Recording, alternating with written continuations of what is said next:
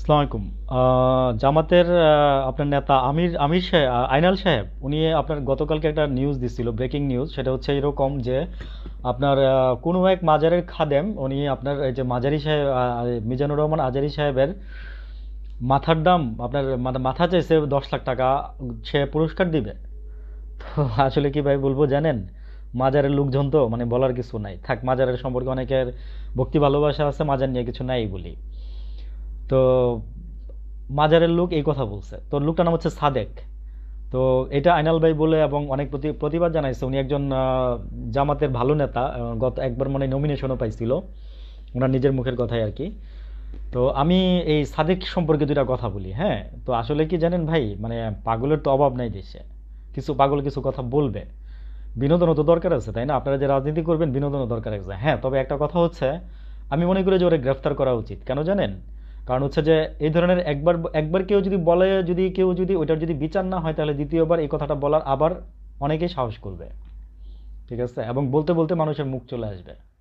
তো আমি বলবো যে অন্তত দৃষ্টান্তমূলক শাস্তি ওরে না দিতে পারলে অন্তত এনা জেলে কিছুদিন এনে ভৈরা থুয়ে দেন, আর হচ্ছে ও বুঝুক যে এইসব কথা বলা যে মানে ঠিক না। হয়তো কি খাইয়া বলছে আল্লাহ জানে, মাজারের লোকজন তো মনে করেন যে এগুলা মানে আমি নাই বলতে চাচ্ছি।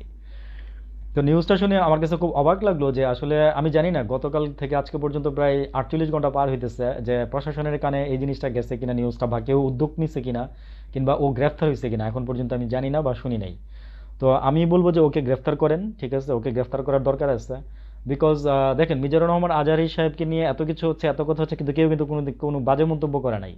বা কেউ এটা তো আমি বলবো যে হুমকি দিচ্ছে ওনাকে, হুমকি দিচ্ছে না?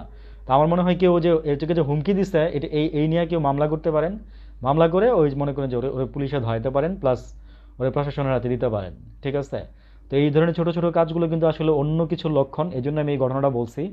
তো ঘটনাটা যদিও মানে কোনো একটা মানে অনেকে বলবে যে কথার কথা বা এই সেই, কিন্তু না, উনি তো ও তো আসলে প্রকাশ্যে বলছে, প্রকাশ্যে দিচ্ছে। মিজানুর রহমান আজহারী যদি একটা কথা বলে যদি ভুল করে যদি এত বড় ক্ষতি হয়, হ্যাঁ, বিএনপির বা আদার্স অ্যাটসেট্রা অ্যাটসেট্রা দলের, তাহলে আমি মনে করবো যে এটাও তো অন্য দলের জন্য ক্ষতি, এটাও অন্য দলের জন্য ক্ষতি। ঠিক আছে? তো আমার কথা হচ্ছে কি ভাই, যে কে দল কে কি এটা বড় কথা না। মানে এই লোক যে কথা বলছে তাকে আইনের আওতায় নেওয়া হোক, প্লাস ওনাকে শাস্তি দেওয়া হোক, তাহলে বাংলাদেশের এগুলো ঘটবে না। তো এমনি অস্থিতিশীল অবস্থার মধ্যে আসতে বাংলাদেশটা আরো অস্থিতিশীল করতে চাইতেছে, যেটা আমি জুলকার নাইন নাইন ভাইয়ের আপনার কিছু ইনফরমেশন থেকে, গোয়েন্দার কিছু ইনফরমেশন থেকে আমি একদম মানে ঠিক পাই টু পাই আমি মিল খুঁজে পাচ্ছি। সবাই সাবধান থাকেন, হ্যাঁ। আসসালামু আলাইকুম, ভালো থাকবেন, আল্লাহ হাফিজ।